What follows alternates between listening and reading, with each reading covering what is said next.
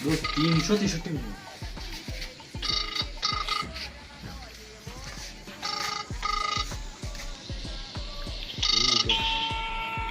আসসালামু আলাইকুম।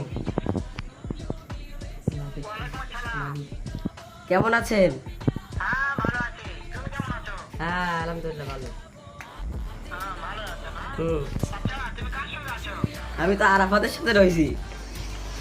ওই মাদার চোদের সঙ্গে ওই মাদার চোদ তো এতই হারামজাদা ওই শুয়োর বাচ্চা ওদের লটির বাচ্চা ওই সাহায্যদি বেটা মাগিল লিখা এতই মাগিল লিখা ওই হারামজাদার আমি সামনে পালে একটা এমন একটা চটকানে মারবো আমার মাদার চোদ।